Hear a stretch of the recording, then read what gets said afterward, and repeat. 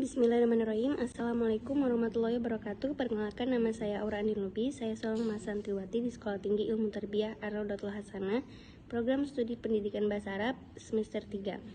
Tujuan saya membuat video ini untuk memaparkan makalah dalam mata kuliah Tafsir Manajemen Ayat Al-Quran yang diampu oleh dosen kami, Al-Ustadz Abdullah Sani Ritonga MPD.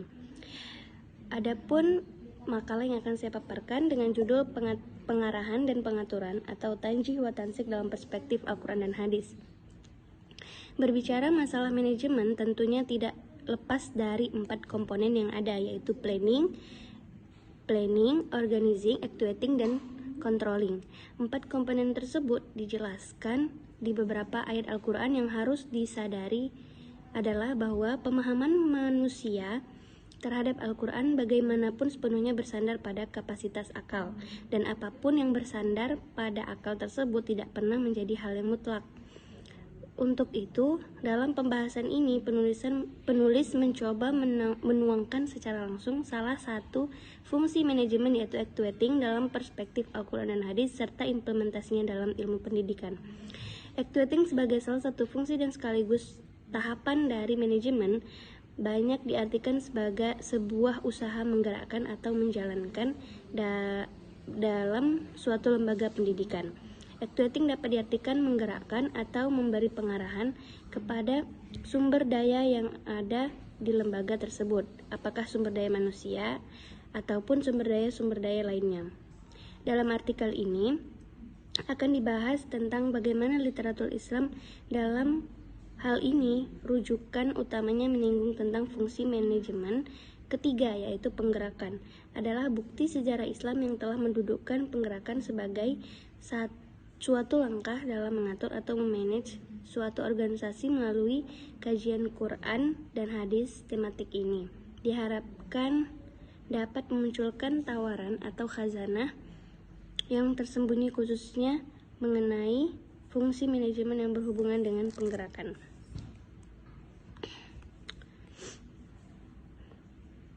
Maka yang akan dibahas dalam makalah ini adalah apa pengertian dari pengarahan dan pengaturan atau tanjih wa tansik, apa dalil pengarahan dan pengaturan atau tanjih wa tansik dalam perspektif Al-Quran dan Hadis, apa tujuan pengertian dari pengaturan wa tansik, bagaimana konsep pengarahan dan pengaturan atau tanjih wa tansik.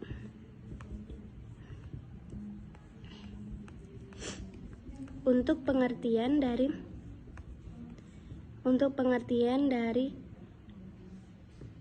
pengarahan tersebut, menurut B. Siswanto berpendapat bahwa pengarahan adalah suatu proses bimbingan, pemberian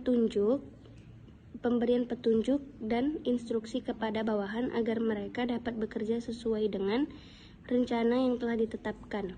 Hadari Nawawi berpendapat bahwa kegiatan dalam actuating adalah melakukan pengarahan, bimbingan, dan komunikasi, termasuk koordinasi dalam sebuah organisasi. Pengarahan organisasi yang telah ditetapkan dapat tercapai.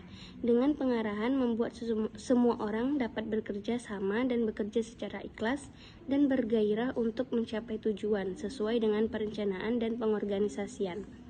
Untuk pengertian dari pengaturan atau disebut juga coordinating, itu merupakan sinkronisasi yang teratur dari usaha-usaha individu yang berhubungan dengan jumlah, waktu, dan tujuan mereka, sehingga dapat diambil tindakan yang serempak menuju sasaran yang telah ditetapkan.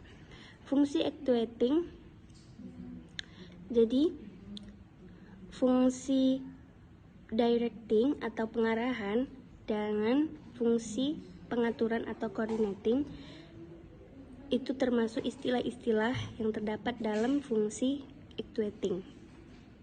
Fungsi actuating merupakan bagian dari proses kelompok atau organisasi yang tidak dapat dipisahkan. Adapun istilah yang dapat dikelompokkan ke dalam fungsi ini adalah directing, commanding, leading, and coordinating.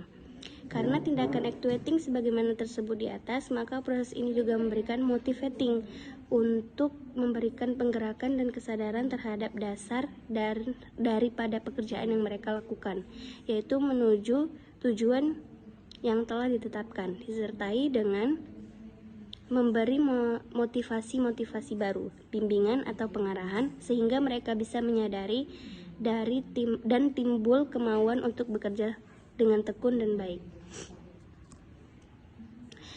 Dari makalah ini yang berjudul Pengarahan dan Pengaturan, maka terdapatlah dalil dalam Al-Quran yang ada pada surah Al-Imran ayat 104. Bismillahirrahmanirrahim. Wal takum minkum ummatun yad'una ilal khairi wa ya'muruna bil ma'rufi wa yanhauna 'anil munkar wa ulaika humul muflihun. Yang artinya, dan hendaklah ada di antara kamu atau segolongan umat yang mengajak pada kebajikan, menyuruh kepada yang ma'ruf dan mencegah yang mungkar. Merekalah orang-orang yang beruntung. Quran Surah Al-Imran ayat 104. Ayat ini merupakan penjelasan dari ayat sebelumnya agar umat Islam berpegang teguh pada agama Allah dengan cara mengajak pada kebajikan, memerintah kebaikan, dan melarang kemungkaran. Tujuan fungsi pengarahan dan pengaturan yaitu memberikan dan menjelaskan perintah, memberikan petunjuk melaksanakan kegiatan, memberikan kesempatan, meningkatkan pengetahuan, keterampilan, atau kecakapan dan keahlian agar lebih efektif dalam melaksanakan berbagai kegiatan organisasi, memberikan kesempatan ikut serta menyumbangkan tenaga dan pikiran untuk memajukan organisasi berdasarkan inisiatif dan kreativitas masing-masing, memberikan koreksi agar setiap personal melakukan tugas-tugasnya secara efisien. Dalam proses pengarahan dan pengaturan perlu melibatkan ketiga bentuk komponen berikut. Jadi konsep dalam pengarahan dan pengaturan itu ada 3. Yang pertama, yang paling penting adalah memimpin atau gaya kepemimpinan. Yang kedua ada memotivasi, dan yang ketiga ada komunikasi. Mungkin ini saja yang dapat saya sampaikan.